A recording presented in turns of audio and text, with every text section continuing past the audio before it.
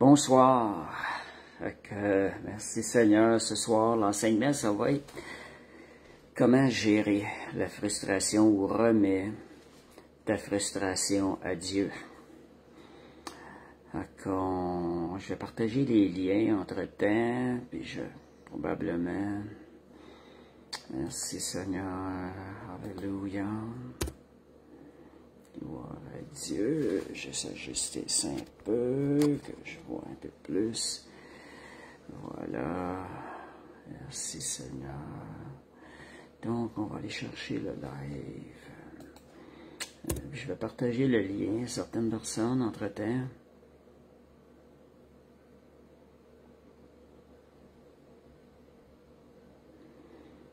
OK. Bonsoir Sandra. Ouh, le lien n'apparaît pas. Qu'est-ce qui se passe? OK, je l'ai ici. Donc, OK. Merci Seigneur. Alléluia. Gloire à Dieu. Je fais jouer une petite chanson en même temps. Un cantique rapport.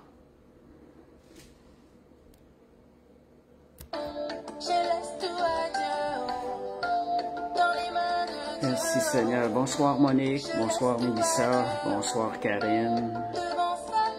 Je vais faire la description des liens.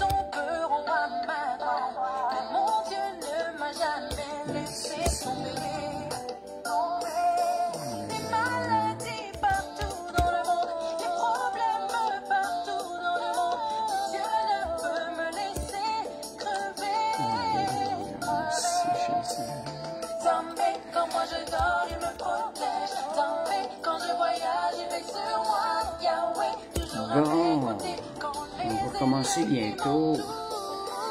Merci Seigneur.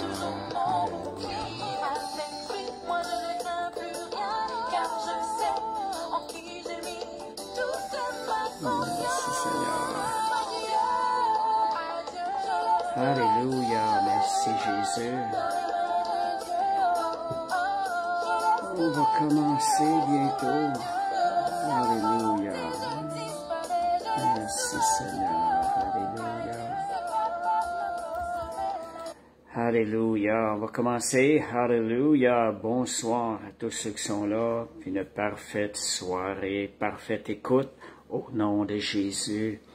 Père, on te remercie ce privilège, Seigneur Dieu. Merci, Seigneur, de nous toucher tous les domaines de notre vie, Seigneur, car c'est toi qui veux bénir notre vie, Seigneur, chaque chose qui est un obstacle à cette bénédiction-là de ta présence dans notre vie. Seigneur, on veut sortir ça de nous. Père, on te remercie maintenant. Alléluia. Merci, mon Dieu. Oh, yes. Alléluia. Donnez-moi juste quelques instants. Je viens de voir une alerte sur le travail. Donc, donnez-moi juste quelques instants. Je reviens. Fait que merci, Seigneur.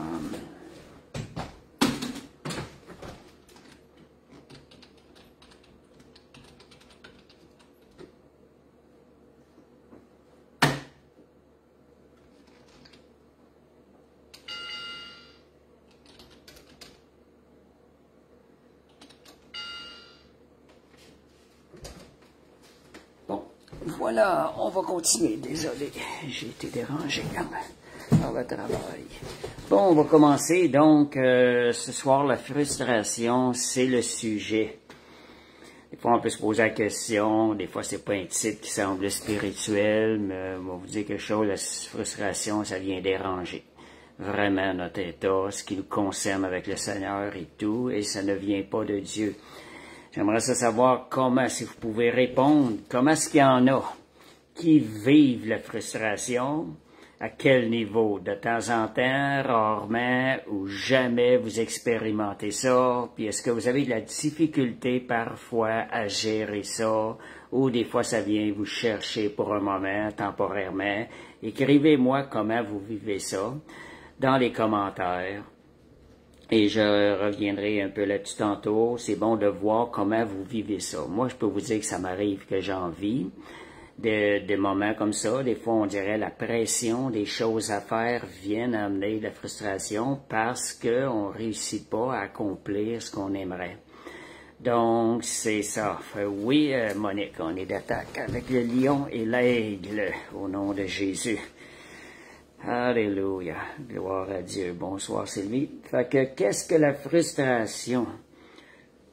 Comme je vous disais, c'est une chose qui est en rapport aussi avec notre attitude et tout, les émotions, la chair, ça vient toucher beaucoup de points de la Bible, du compte de la Bible nous parle. Donc, c'est une émotion.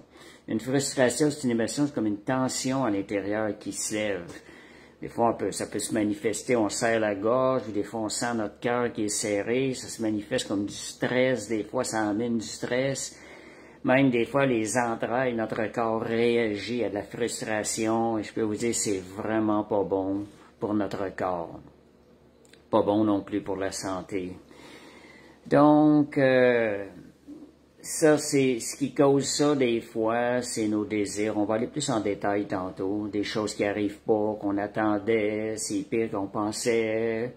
Et on dirait des fois qu'on essaie, mais on a de la résistance, on n'arrive pas. Et toutes ces choses-là viennent créer de la frustration. Ces frustrations-là viennent nous voler la présence de Dieu dans notre vie. Ça vient nous voler la paix, ça vient voler le fruit de l'esprit dans notre vie. Raison de plus que c'est bon d'apprendre comment gérer ça, de trouver des trucs, d'avoir des choses qu'à faire, comment savoir gérer ça. Parce que tous nos petits enseignements que j'apporte, j'essaie tout le temps d'avoir un côté pratique.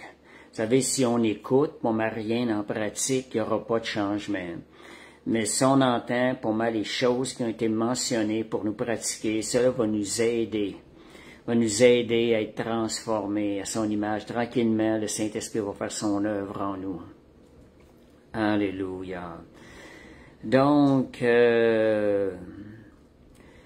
c'est ça, comme Monique mentionnait, dès qu'elle réalise qu'elle a de la frustration, ben c'est juste un instant, c'est que rapidement, elle recherche, se tourne vers le Seigneur pour aller retrouver la paix. C'est ce qu'on devrait faire aussi. Je vais aller ici. OK, s'il y en a d'autres qui ont des commentaires, je vous invite à mettre des commentaires aussi si vous vivez ça de temps en temps ou c'est quelque chose, vous n'avez aucun problème avec ça, vous êtes constamment dans la paix. Dans ce cas-là, gloire à Dieu, c'est une bonne chose d'être capable de vivre constamment dans la paix. Donc, est-ce que c'est quelque chose qui est agréable à vivre, la frustration? Ceux qui en vivent vont carrément dire non. C'est vraiment pas quelque chose qui est agréable à vivre. Ça vient changer. Ça vient changer, ça enlève, ça change l'atmosphère qu'on est en train de vivre. C'est pas une atmosphère. On sait qu'il y a deux royaumes, ténèbres et lumière. Et c'est pas l'atmosphère de lumière qui vient à ce moment donné-là. C'est une atmosphère qui n'est pas de Dieu. C'est ce que ça amène, la frustration. Lorsqu'on va apprendre à discerner, lorsqu'elle vient, puis de rapidement se tourner vers ce que le Seigneur nous demande, ce que le Seigneur nous recommande, on va avoir beaucoup plus de facilité à garder la présence de Dieu, parce que c'est une des premières choses que ça fait, ça vient voler la présence de Dieu. Puis qui désire la présence de Dieu? Je dirais plutôt qui ne désire pas la présence de Dieu? Fait que ce soir, quelle est la cause? Donc, ces mots, un des pires mots qu'on peut dire, j'aurais donc dû. Et ça amène la frustration. Le regret, ça amène des regrets dans notre vie. Et ça, je vais vous dire quelque chose, c'est comme un poison qui est silencieux dans votre vie. J'aurais donc dû. Ça vient vous voler les moments que le Seigneur est en train de travailler dans votre vie. Vous vous tournez vers l'arrière. Je dirais, ça vient directement de l'enfer. Ces paroles-là, j'aurais donc dû. Étant comme croyant, on ne devrait jamais dire ces choses-là. J'aurais donc dû. C'est une manière de s'arrêter. C'est pas une question de repentance, ça. C'est j'aurais donc dû, c'est qu'on s'apitoie sur soi-même. L'apitoiement et la repentance, c'est pas du tout la même chose. L'apitoiement ne vient pas de Dieu, nous empêche de grandir. L'apitoiement nous fait arrêter, nous fait même reculer, tandis que la repentance de ce qu'on a fait nous fait avancer avec moins de fardeau. Et l'apitoiement nous écrase et nous empêche d'avancer et accomplit la volonté du diable. Donc, c'est pas pareil. Donc, comme Karine mentionne aussi, ça arrive parfois, mais on doit refuser. Comment qu'on peut refuser ça? Karine nous demande de garder les yeux sur le Seigneur. En gardant les yeux sur le Seigneur, nous devenons ouverts à retrouver sa paix. Merci Seigneur. Alléluia. Et c'est ça. Donc, la frustration ne fait pas partie des fruits de l'esprit. Au contraire, elle nous vole plusieurs fruits de l'esprit. Et d'autres choses, des fois, qu'on peut dire, ça vient s'infiltrer. Qu'est-ce que ça fait? Ça vient, des fois, s'infiltrer, ça vient branler notre foi, nos temps de prière. Des fois, ça ébranle nos projets, on arrête d'avancer, on arrête de voir, d'avoir une vision de nos projets qui serait bénéfique pour nous. Et une des choses, surtout qui est bien importante, bien souvent, ça vient influencer grandement les relations. Nos relations avec les gens qui sont près de nous. Donc, la frustration vient te voler la joie. Et on devient désagréable à vivre, à côtoyer. Des choses qu'on se dit des fois, pourquoi c'est arrivé à moi? Pourquoi ça marche pas? Pourquoi pas maintenant? Toutes des choses qui nous ramènent à se centrer sur le moi, sur le soi, qui n'est pas la manière que le Seigneur veut qu'on pense. Dans le royaume de Dieu, on est appelé à avancer, à conquérir, à regarder en avant, à refuser la défaite. Quand vous refusez la défaite, c'est parce que vous êtes en train de marcher, de vous approcher de la victoire. Nous avons ce choix-là. Nous pouvons ce choix-là. Nous pouvons faire ce choix-là. Donc, quelle est la cause au plus profond de nous? Qu'est-ce qui est des fois, qui est une des causes de la frustration? C'est une réalité humaine. On sait tous que c'est tout le monde en vie. On peut considérer ça, la frustration, c'est comme un symptôme. Parce qu'il y a une cause en arrière qui est cachée. Il y a quelque chose qui vient causer. C'est ça qu'il faut voir. Qu'est-ce qui vient causer ça? Pourquoi que la frustration réussit à nous atteindre comme enfants de Dieu? Donc, elle révèle, ce qui arrive des fois, c'est un décalage dans ce que nous attendons, nos désirs, nos besoins, nos rêves et la réalité de ce que nous vivons. Donc, ça vient changer ces choses-là. Quelqu'un me disait hier, le cœur est tortueux par toute autre chose, en voulant dire qu'on ne doit pas suivre ce que le cœur nous dit. Il faut faire attention à cette déclaration-là. Quand on dit « j'ai quelque chose dans mon cœur et je m'en vais par la foi pour le faire », il y a une différence quand tu es dans la chair puis que tu parles de ton cœur, « j'ai à cœur de faire ça », tu es dans la chair. C'est pas bon. Mais quand tu es dans l'esprit, puis qu'on dit « j'ai à cœur de faire ça », même si la Bible dit « le cœur est tortueux par toute autre chose », quand on prononce ces paroles-là, on est en train de s'appuyer sur le Saint-Esprit.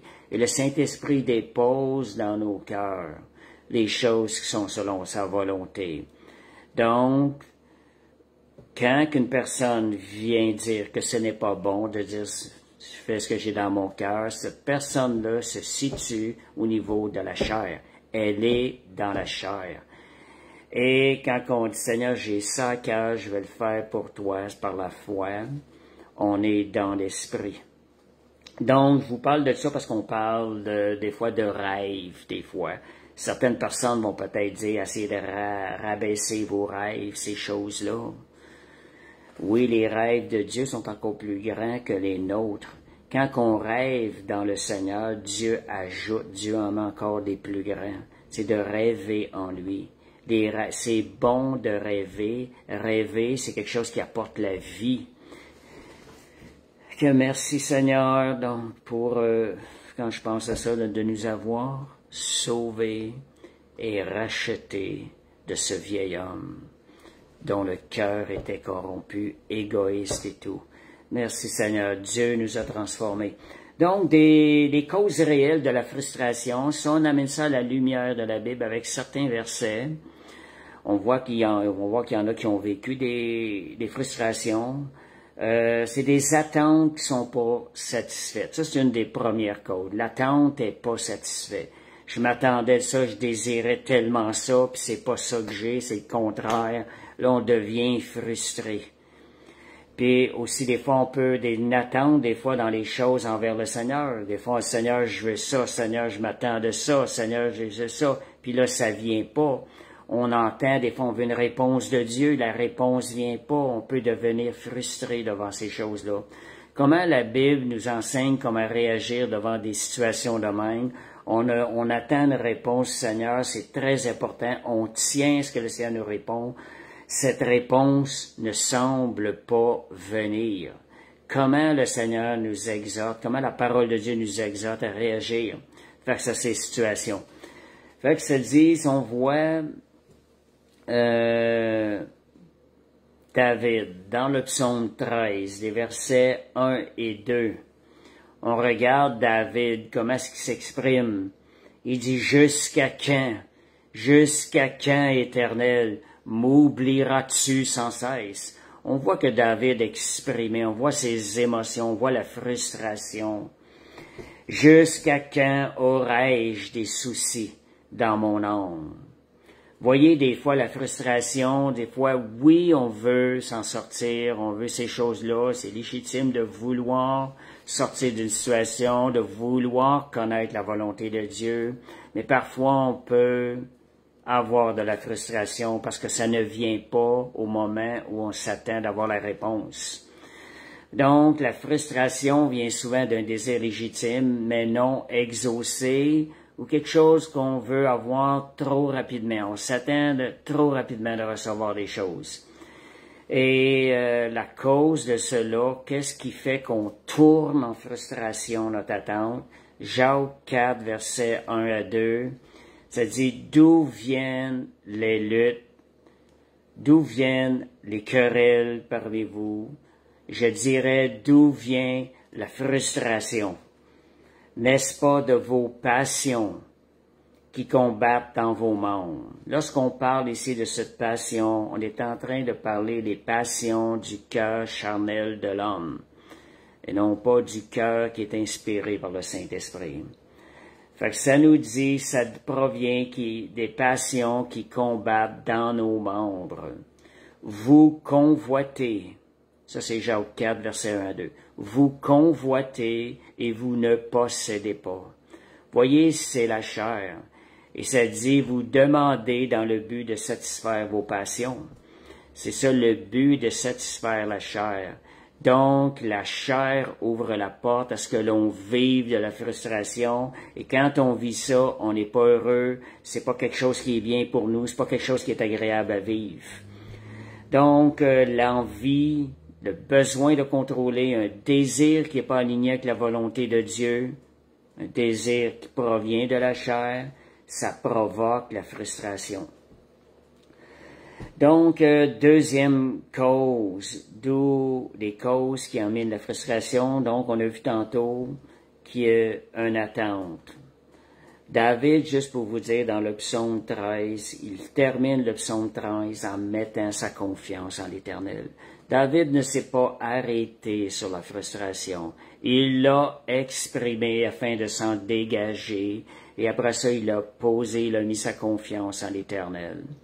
Donc, même si la confiance vient, faut faire attention à la manière parce que c'est nous qui avons le choix de faire que ce soit nocif ou que ce soit bon pour nous. C'est à nous de la gérer, soit qu'on décide des émotions, de laisser rentrer dans la frustration, ou on décide, OK, on réalise, OK, il y a quelque chose qui n'est pas agréable, mais j'ai besoin de mettre ma foi en l'Éternel et je vais agrandir ma foi, ma confiance en l'Éternel. Je vais lui exprimer ma confiance. Donc, voyez, le choix revient à nous de faire que ça, quand ça vient nous attaquer, que ce soit bénéfique ou que ce soit pas bon pour nous. Alléluia. Vois-tu, Françoise mentionnait qu'elle a appris. Voyons, on apprend, on grandit à travers ça, à travers les tribulations ou les frustrations. De moins être frustré à travers la tribulation et d'apprendre à faire confiance à Dieu et d'être reconnaissant dans les bons comme les mauvais moments. Vous savez, quand vous êtes reconnaissant, quand on dit les bons et les mauvais moments, que ça aille bien apparemment ou que ça aille mal, on rend grâce à Dieu parce qu'avec Dieu, tout va bien. Ça, c'est la réalité qui est peut-être pas sur le moment actuel, mais à long terme, si on garde nos yeux sur le Seigneur, c'est ça que va être notre vie. Donc, troisième chose, deuxième chose, un manque de confiance dans le timing de Dieu. Ça rejoint un peu la première, des attentes non satisfaites. Donc, on perd confiance dans le timing. Dieu a un temps pour nous bénir à son meilleur. Dieu connaît les choses. Et là, on perd confiance. On devient impatient vers le Seigneur. Pourquoi ça se passe pas maintenant? Ça fait tant de temps que je vis ça. Seigneur, je le veux maintenant.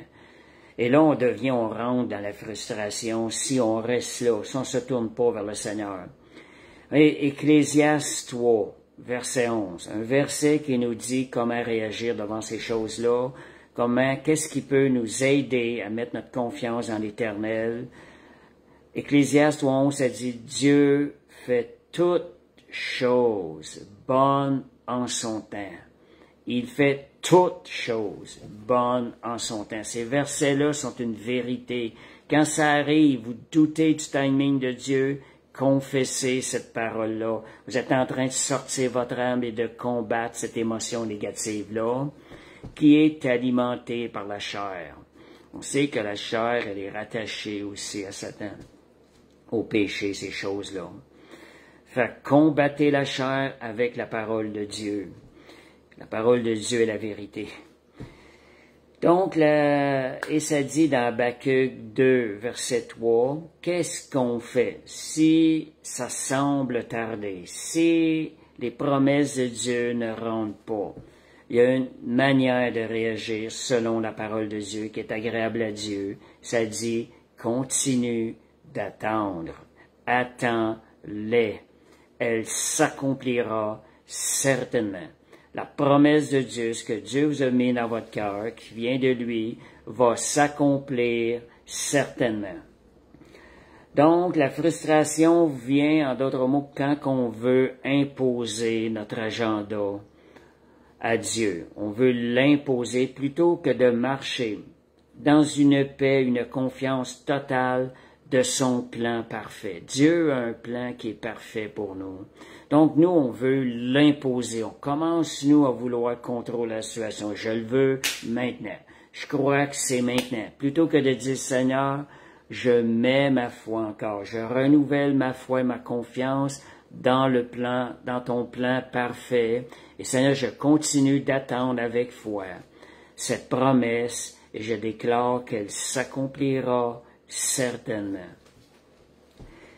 Et donc,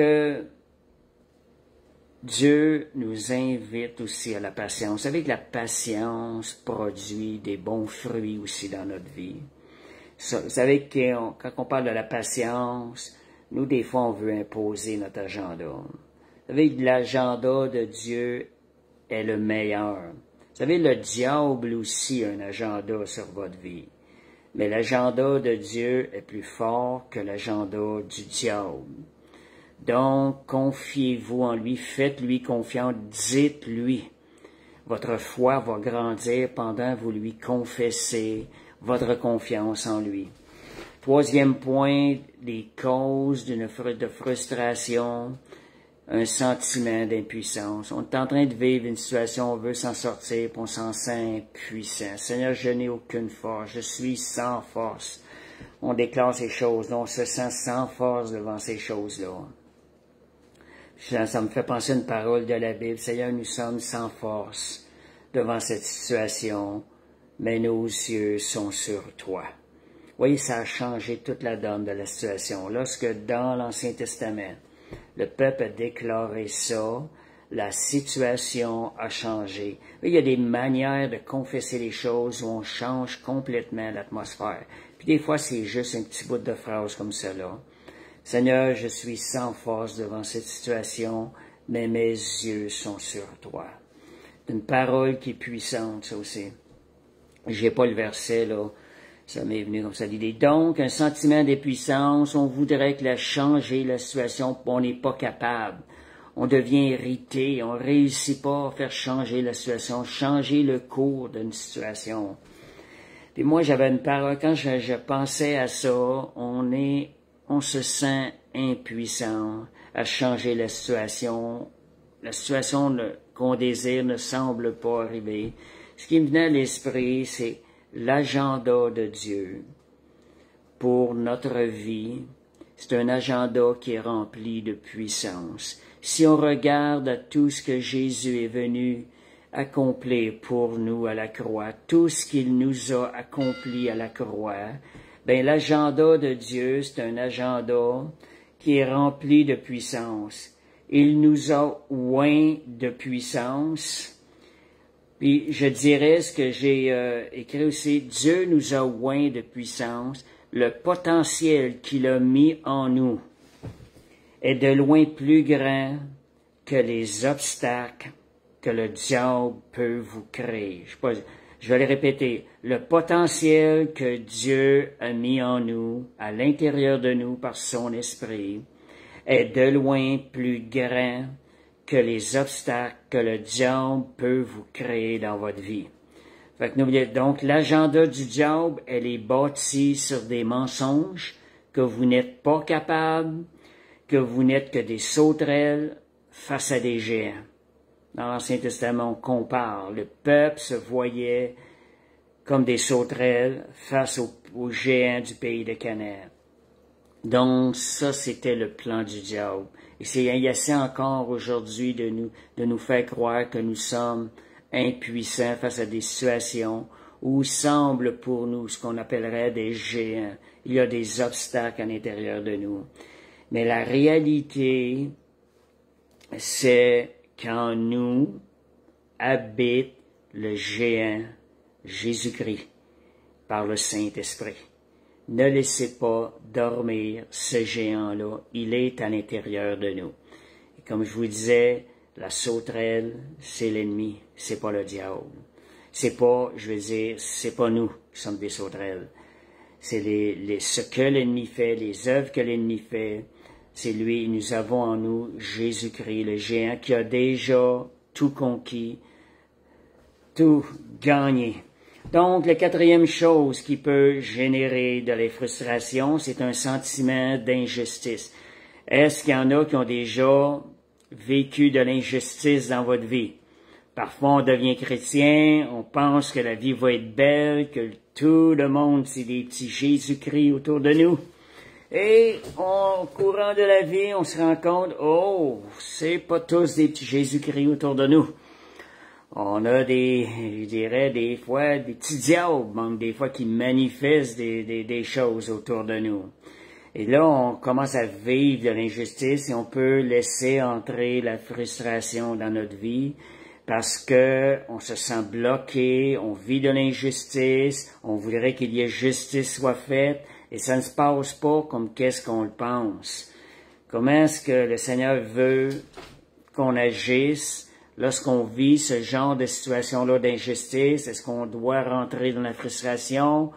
Comment est-ce que la Bible nous exhorte à faire face à ces sentiments d'injustice-là? Le psaume 37, versets 7 à 8. Comme Monique nous dit, surprise. Oui, c'est une surprise. Je pense qu'on l'a tous vécu ça.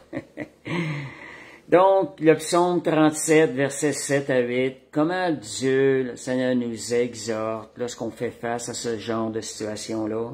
Ça dit, garde le silence devant l'Éternel et espère en lui. Ne t'irrite pas contre celui qui réussit. Donc, on garde nos yeux sur le Seigneur. On garde notre espérance vivante en lui, que Dieu va s'occuper de cette situation-là, il va nous en faire sortir victorieux. Et on ne s'irrite pas sur le fait que d'autres peuvent réussir apparemment plus que nous. Cela ne mènerait qu'au mal si on fait ça. Donc Dieu nous invite à remettre le contrôle de la situation entre ses mains et à refuser de se comparer aussi les uns les autres ou laisser rentrer de la jalousie à cause d'une situation. Donc, un cinquième point qui génère de la frustration, c'est une vision qui est centrée sur soi.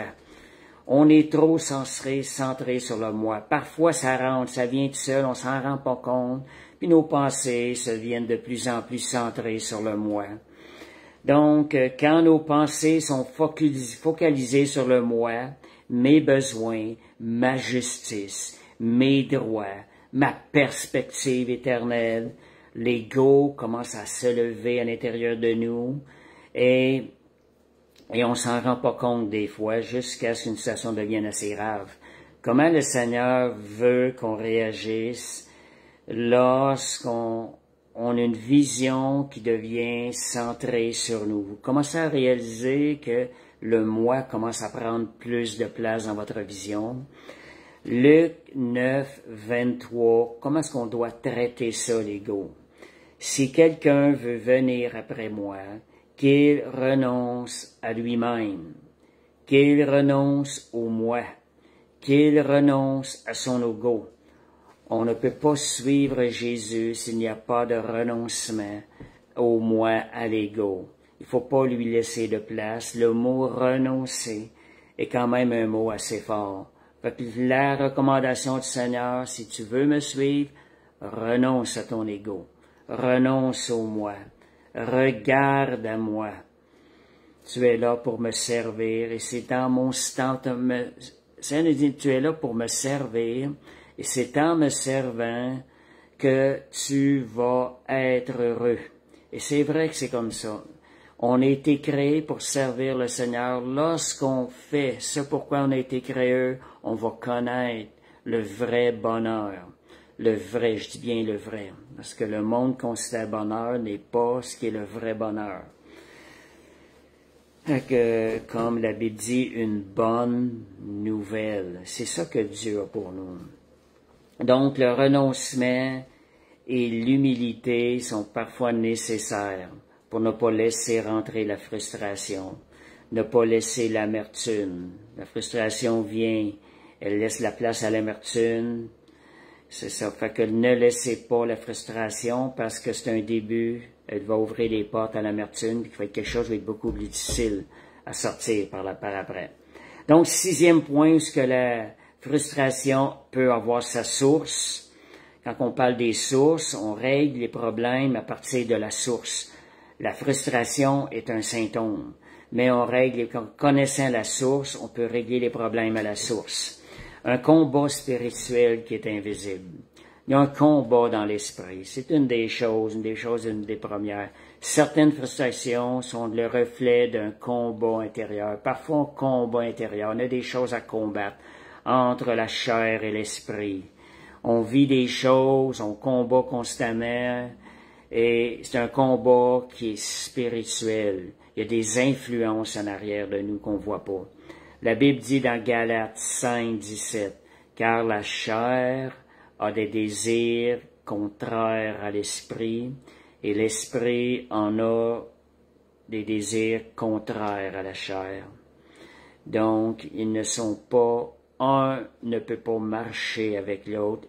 La Bible dit, ils sont opposés. Un va dans une direction, l'autre va dans l'autre direction. C'est là qu'il faut trancher, est-ce que je veux la chair ou l'esprit? Et c'est là de demander au Seigneur, Seigneur, c'est quoi ta volonté? Seigneur, essaie de discerner la volonté. Est-ce que c'est ta volonté que je suis en train de poursuivre? Si on n'est pas en train de poursuivre la volonté de Dieu, on est dans la chair. Si on réalise, oui, Saint-Esprit, c'est avec toi, je suis en ligne avec toi, on continue. Et on continue le combat et on laisse pas la frustration nous arrêter non plus. Donc, en résumé, la frustration va révéler un désir légitime, ou c'est un droit, on veut être bien, c'est normal, mais qui est mal géré, une attente qui est non alignée avec la volonté de Dieu. On n'a pas, nous autres, c'est nous autres qui décident de l'agenda, on veut prendre le contrôle de l'agenda. C'est aussi un manque de confiance dans le Seigneur. Ça, c'est une chose qui est facile à réaliser. Je te fais passer confiance. Pourquoi je doute de la situation? Pourquoi j'ai des craintes dans cette situation-là? Pourquoi la frustration vient m'atteindre à travers cette situation-là? C'est carrément un manque de confiance dans la souveraineté de Dieu, sa bonté qui est avec nous, qui nous garde, qui veut nous conduire. Donc, c'est un résumé, c'est ça, c'est un combat spirituel non résolu. Donc, comment devons-nous réagir à la frustration? Comment est-ce qu'on va réagir? On va voir des situations dans la parole. Comment est-ce qu'il y en a qui ont réagi? Qu'est-ce que ça va produire? Quand on parle de frustration, une des premières choses qui vient à notre esprit, c'est Genèse 4, versets 6 à 7. Genèse 4, versets 6 et 7. C'est Caïn. Caïn, qu'est-ce qui est arrivé? A fait une offrande à l'Éternel. Abel, son frère, a fait une offrande à l'Éternel. Caïn a constaté que Dieu avait agréé l'offrande d'Abel plus que la sienne. Il est devenu frustré. Il a été frustré que son offrande n'a pas été créée, puis sa réponse a été de répondre par le mal. Vous savez quelque chose, une chose que je vois souvent dans la vie chrétienne, c'est l'idée de se comparer à quelqu'un d'autre. Dans l'idée de se comparer à quelqu'un d'autre, comme telle personne, on voit les bénédictions, moi je les ai pas. On se compare et on se juge, on juge les situations en fonction de certaines choses en ce style-là. Ah, une personne a reçu une parole de connaissance, moi je ne l'ai pas reçue, Dieu m'aime moins. Ça, c'est la chair. L'idée de se comparer aux autres est vraiment diabolique. Et Caïn et Abel, c'était ça. Caïn, Abel a sûrement donné son offrande sans regarder à ce que Caïn donnait. Mais Caïn, lui, il a regardé son offrande, puis il a regardé celle d'Abel, puis il s'est comparé. L'idée de donner en fonction de quelqu'un d'autre n'est vraiment pas pure dans le cœur. On doit regarder avec le Seigneur, dans notre vie avec le Seigneur, Dieu chemine différemment d'une personne à l'autre. Donc, ça disait dans la parole, Dieu lui a dit à Caïn, « Pourquoi es-tu irrité? Pourquoi ton visage est abattu? » Même Dieu posait la question. Pourquoi que Dieu posait la question? Parce que c'était pas normal. Il y a quelque chose qui n'était pas correct dans son attitude.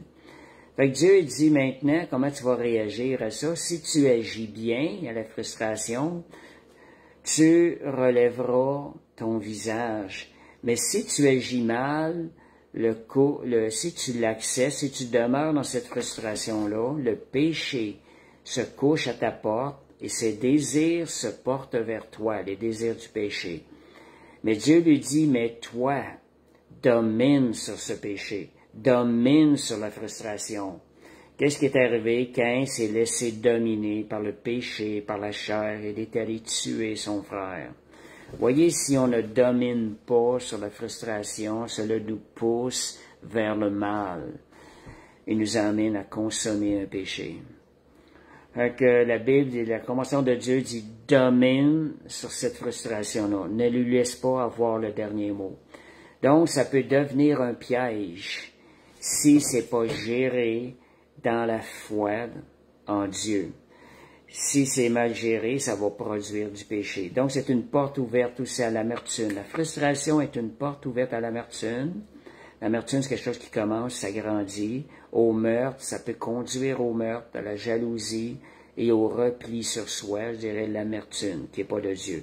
Beaucoup de chrétiens pensent bien souvent, j'en ai entendu, que des fois, ils sont sur, pas la condamnation, mais l'apitoiement. Beaucoup de chrétiens semblent penser que l'apitoiement, c'est bon, mais l'apitoiement, c'est une pensée qui est repliée sur soi, sur un ego. C'est une pensée qui est repliée sur l'ego. C'est un ego qui est fort. Quelqu'un qui vit dans l'apitoiement, il a un ego qui est fort. Et on sait que l'ego, c'est ce qui a emmené c'est ce qui a corrompu l'homme. Quand l'homme a été corrompu, il est devenu égo, centré sur lui-même. Donc, mais quand on remet la frustration au Seigneur, quand on lui laisse tout à Dieu, comme le chant de cantique nous disait au début, quelle liberté nous expérimentons. On est libérés, simplement remettant ça à Dieu. Donc, et Dieu nous retourne ce qu'il y a de meilleur dans notre vie. Donc, il n'y a pas juste le moment qu'on vit déjà une libération, mais aussi Dieu va nous retourner la meilleure par la suite dans notre vie. Nous allons récolter du bon, du bien dans notre vie. Dieu va changer le cours de la situation en bénédiction. Des fois, on peut être frustré parce que la situation n'a pas été une bénédiction sur le moment. Mais lorsqu'on remet ça dans les mains de Dieu, Dieu prend ça, il va produire une bénédiction. Il va changer le mal en bien. Donc, pour que ça devienne une bénédiction. Romains 8, 28 est le verset clé à ce niveau-là. Romains 8, 28, ça dit « Toute chose concourt au bien de ceux qui aiment Dieu ». La version en anglais, je la trouve beaucoup plus juste que celle en française. C'est Dieu, il travaille. Il travaille toutes choses pour que les choses travaillent à notre bien. Dieu travaille les choses, c'est plus spécifique. Donc, les choses vont être travaillées par Dieu pour que ce soit concours à notre bien, que ça amène du bien dans notre vie. Donc, Dieu va faire des belles choses lorsque nous lui remettons entre ses mains. Nous prenons la frustration et remet dans ses mains. Dieu change le mal en bien et ça devient pour nous des occasions de croître en lui, de grandir en lui.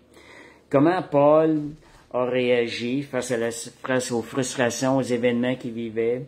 Ne pensez-vous pas que Paul et Silas, lorsqu'ils ont été mis injustement dans une prison froide, humide, que c'est agréable, qu'ils n'ont pas fait face à la frustration? Seigneur, on est en train de te servir, puis regarde ça, ce qu'on est en train de récolter. Est-ce que des fois, nous, on a cette attitude-là? Ben là, Seigneur, je suis en train de te servir, puis regarde ça, ce que je suis en train de vivre. Imaginez Paul. Paul, c'était pas à peu près. Comment Paul a réagi? Vous voyez, Paul nous a donné, ils se sont mis à louer et à chanter des louanges au milieu de cette prison de ténèbres-là. C'était sombre, c'était humide, c'était froid, c'était petit. Vous pensez peut-être des fois que la prison Paul était, des fois vous pouvez vous imaginer, des fois on voit des images comme il y a plein de l'espace. J'ai vu cette prison-là lorsque j'étais allé à Thessalonique, où ce que Paul et Silas étaient mis. C'était un petit coqueron, petit. C'était la prison dans laquelle Paul avait été enfermé, enchaîné. Fait qu'est-ce que ça dit? C'est un petit local, puis il y avait d'autres choses autour, là. Ça dit aussi dans cette prison-là, qu'est-ce qui est arrivé après qu'ils se sont mis à louer, lorsqu'ils ont bien géré, ils ont dominé la frustration, Dieu a envoyé des anges.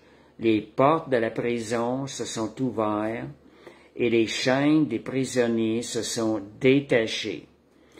Fait que voyez, transformer votre frustration en louange.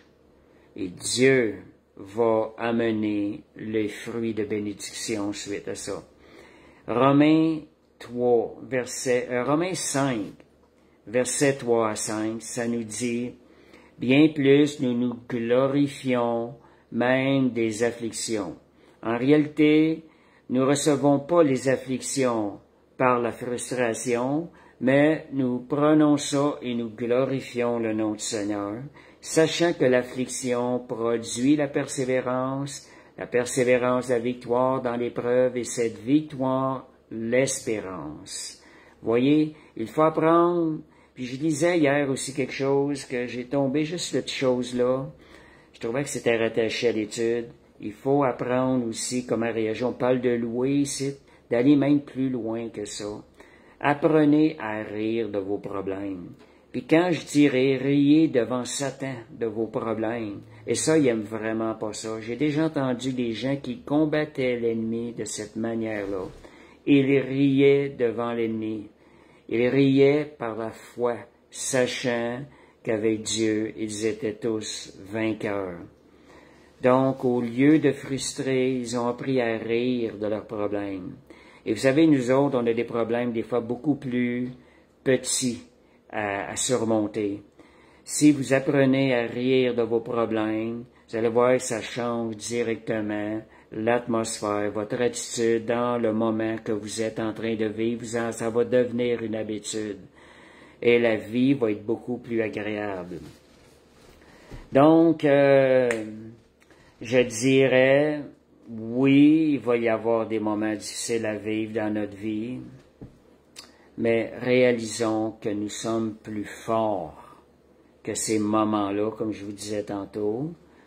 Christ vit en nous, et ça dit aussi, la joie de l'Éternel est ma force. Il y a cette joie à l'intérieur de nous, ce puits de joie-là qu'il est disponible. Nous puissions puiser, commencer par déclarer, la joie de l'Éternel est ma force. Vous savez que louer le Seigneur génère la joie. Chanter génère la joie.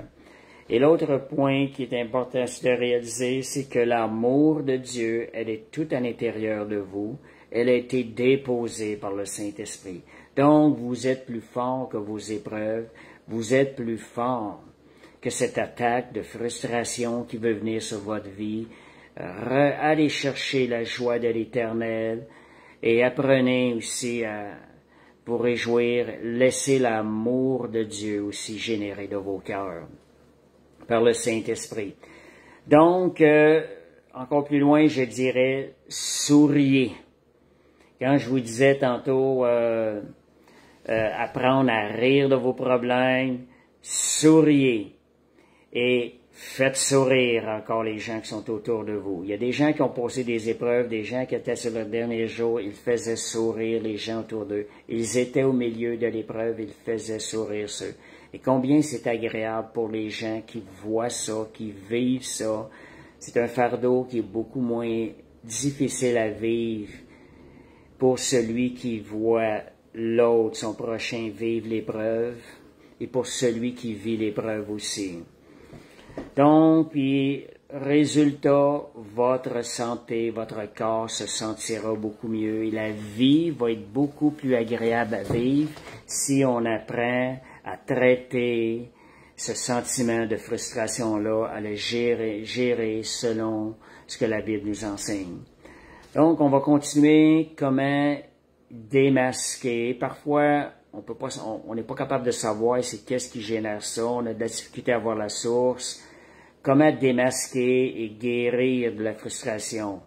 Je dirais, on guérit à la longue. Par la pratique, on va s'en sortir. La frustration va avoir de moins en moins de pouvoir sur nos vies. Fait que, merci Seigneur. Fait que c'est ça, mettez des bonhommes sourires quand vous voyez des choses qui viennent vous attaquer. Riez de vos problèmes et riez devant l'ennemi. Et ça, il n'aimera pas ça. Donc, prendre un moment, comment démasquer, guérir, là, ça arrive. Là. On sait que, je disais tantôt, la première chose qui vient vous voler la frustration, c'est la présence de Dieu. Elle vous vole la joie, puis elle vous vole la paix et la présence de Dieu. Donc, quand vous réalisez ça, venez, allez, arrêtez-vous, allez en prière, allez parler au Saint-Esprit. Demandez-lui conseil. Demandez-lui de lui révéler qu'est-ce qui se passe sur ce moment-là, quelle est la cause, pourquoi vous vous sentez comme ça. La Bible parle c'est ça, de décrire tout ce qui vous frustre, de répandre son cœur devant l'Éternel. David répandait son cœur vers l'Éternel. Donc, écrivez ce qui vous frustre. Ce sont des moments, ce sont des points pratiques qui vont vous aider à avancer là-dedans et à vous sortir de la frustration plus rapidement. Donc, être honnête aussi. Exprimer sa frustration à Dieu, c'est quelque chose qui est bon. Des fois, il y en a qui peuvent penser que c'est pas bon. C'est bon parce qu'on libère notre cœur. On sort ça de notre cœur, puis après ça, on est libre. Psaume 62, 9, ça dit « En tout temps, confiez-vous en lui » ou « Déchargez-vous ». La Bible dit même « Déchargez-vous sur lui de tous vos soucis ». Ça dit pas des cachets, ça dit de se décharger des soucis. On n'en veut pas de soucis. Le Seigneur les a déjà portés. Ça dit « Donne-les-moi. Moi, je sais comment les gérer ». Fait que, vous voyez, c'est la même chose. Quand vous avez quelque chose... dites-lui, Seigneur, j'attends, exprimez, Seigneur, j'attends une réponse. Seigneur, ça fait 6 mois que je prie pour ça, j'ai rien vu encore. Qu'est-ce qui se passe avec ça? Y a-t-il quelque chose que je dois faire de différent? Saint-Esprit, éclaire-moi, dirige-moi, j'ai besoin d'une réponse. On peut parler comme ça avec le Seigneur. Dieu trouve ça agréable. Un cœur qui se répand devant lui, si on se répand notre cœur devant le Seigneur, c'est un signe de foi. On a foi qu'il y a quelque chose, qu'il y a une réponse qui peut emmener un changement dans notre vie. Et de dire aussi, épanchez votre cœur, c'est ça. Seigneur, je ne comprends pas pourquoi tu n'agis pas dans cette situation. Seigneur, viens me délivrer de cette situation. Seigneur, délivre-moi de cette personne-là. Viens me délivrer, Seigneur Dieu. Viens me garder. C'est des choses qu'on peut exprimer. On exprime ce qu'on est en train de vivre, ce qui est la cause de notre frustration. Le Saint-Esprit va nous éclairer par la suite. Après ça, de dire un exemple, venir vers soi, se sonder notre cœur. Des fois, en se sondant soi-même, on va être capable plus facile de voir ce que c'est la chair ou est-ce que c'est l'esprit. On se pose des questions. Qu'est-ce que j'attendais vraiment? On remet ça en question devant le Seigneur. Qu'est-ce que j'attendais? Est-ce que j'attendais de la reconnaissance? Tu sais, ça nous emmène, si des fois on s'attend de la reconnaissance, il faut apprendre à laisser ça au Seigneur. On donne sans attendre de reconnaissance. Si on se rend compte, je m'attendais à ta reconnaissance, je ne l'ai pas, je suis frustré. Ben là, c'est de dire, Seigneur, je te demande pardon. Seigneur Dieu, apprends-moi à donner sans attendre en retour. C'est des choses qui viennent nous aider à purifier notre cœur. La frustration va partir parce qu'on va être capable maintenant de gérer la frustration. Seigneur, je donne sans m'attendre. Je le fais pour toi. Ce sont des choses de même. Pourquoi est-ce que c'est si important pour moi, Seigneur, ça, ce que je voulais? Qu'est-ce qui arrive? Puis une chose aussi, est-ce que j'ai peur de perdre quelque chose? Combien de fois je vois des gens qui négocient, qui veulent faire des achats, puis ils s'imaginent que c'est le moment, là, absolument, puis ils veulent à tout coup, puis ils ont peur. Là, c'est comme, ils oublient le Seigneur, c'est tout de suite que je le veux. Ils prennent pas le temps de le mettre devant le Seigneur. Et qu'est-ce qui cause ça? La peur de perdre, de manquer le moment idéal. Ça, c'est quelque chose souvent que j'ai vu. Quand vous voulez quelque chose, faites confiance au Seigneur. Dieu va toujours être capable de vous trouver quelque chose d'encore mieux, puis d'encore mieux. Sortez la crainte de perdre, de manquer l'occasion idéale. Ça vient pas de Dieu, c'est que je l'ai trop vu des fois dans des situations. Quand vous mettez ça devant le Seigneur, vous attendez du Seigneur, Dieu va vous le ramener, une bénédiction encore plus grande, une meilleure aubaine, un meilleur achat, quoi que ce soit. Donc, la peur de perdre est un manque de confiance devant Dieu, parce qu'avec Dieu, c'est de gloire en gloire. Autre chose, quand on se pose des questions, est-ce que ce désir est aligné avec la volonté de Dieu? Vous savez, des fois, en se posant des questions, les choses vont devenir plus claires. Encore plus parce que nous avons le Saint-Esprit à l'intérieur de nous. Est-ce que ce désir est aligné? C'est là, après qu'on voit la chose, on peut, OK, Seigneur, je me réenligne avec toi, je te fais confiance. Seigneur, je te demande d'avoir pardon d'avoir douté. Seigneur, de m'être dirigé dans cette direction-là qui n'était pas de toi. C'est des choses. Fait qu'est-ce que j'ai prié? Remettez-vous devant le Seigneur. J'ai-tu pris le temps de prier pour cela? Est-ce que j'ai pris le temps de remettre ça à Dieu, de laisser ça entre les mains de Dieu? Ou on voit l'occasion, on veut sauter tout de suite à tout prix, puis on se fait avoir par la suite. Fait que ce sont des points qui nous donnent, vous voyez, ça nous dit, il est important de toujours se confier en l'Éternel, de confier toutes nos choses à l'Éternel. Ça nécessite un temps d'arrêt.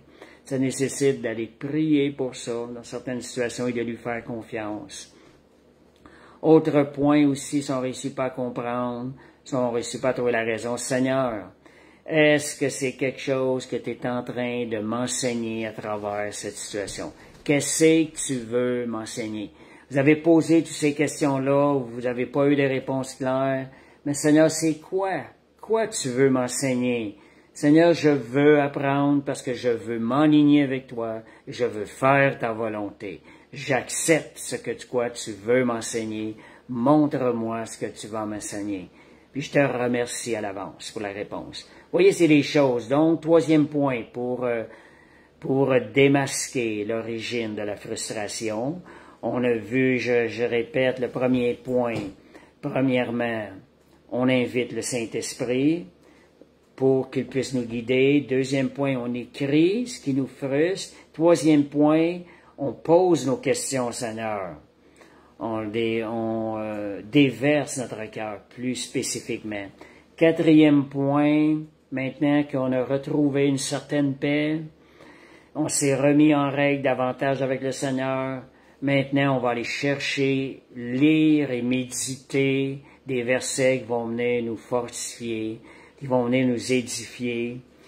Des versets clés, je donne des versets clés, Philippiens 4, versets 6 et 7. Ça dit, ne vous inquiétez de rien, mais en toute chose, faites connaître vos besoins à Dieu, et la paix de Dieu gardera vos cœurs. Vous allez venir, avec ces versets-là, vraiment aller chercher la paix de Dieu, elle va venir se rendre plus forte à l'intérieur de nous.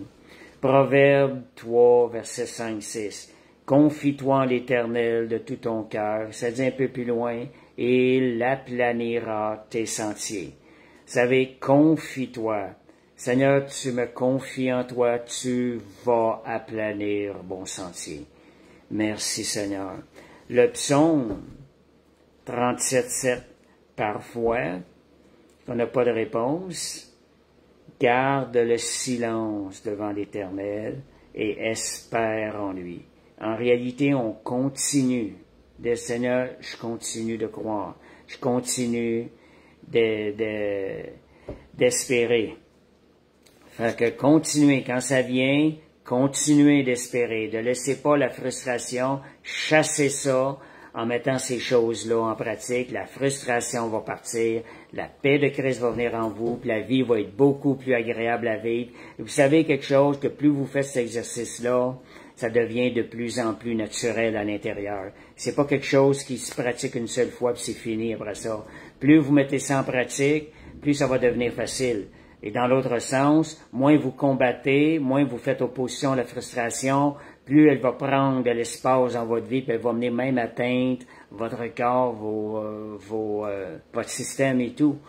Fait que c'est vraiment quelque chose, un exercice qui est à mettre en pratique. On parle, je donne des enseignements, je donne des exercices. Moi, je vous recommande, c'est comme des devoirs. Est-ce que vous faites vos devoirs? C'est important de les faire.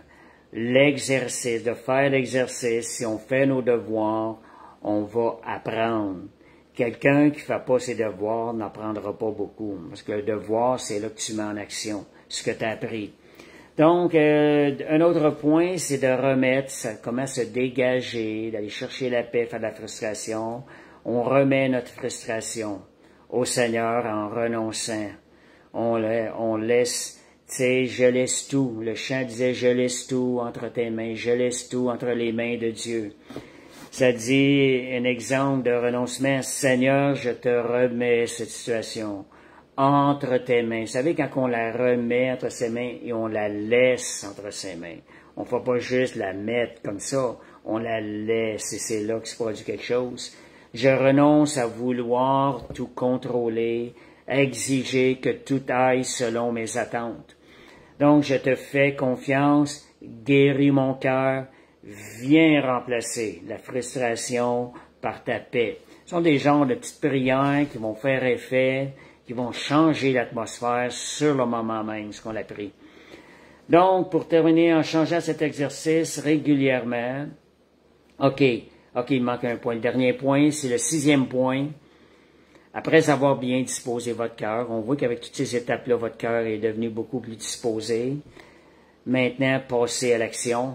Action, pardonnez ce que vous avez besoin de pardonner. Louez Dieu malgré la pente avec un cœur rempli de joie et d'espérance. Répétez des versets et remettre la situation.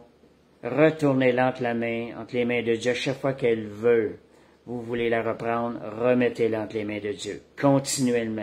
Si vous vous exercez avec ça, vous allez rentrer dans une vie, il n'y aura plus place à la frustration. Dès qu'elle va se présenter, vous allez être capable de la rejeter parce que ça vient pas de Dieu. Ça vient pour ternir votre vie. Dieu vous veut dans une vie de victoire.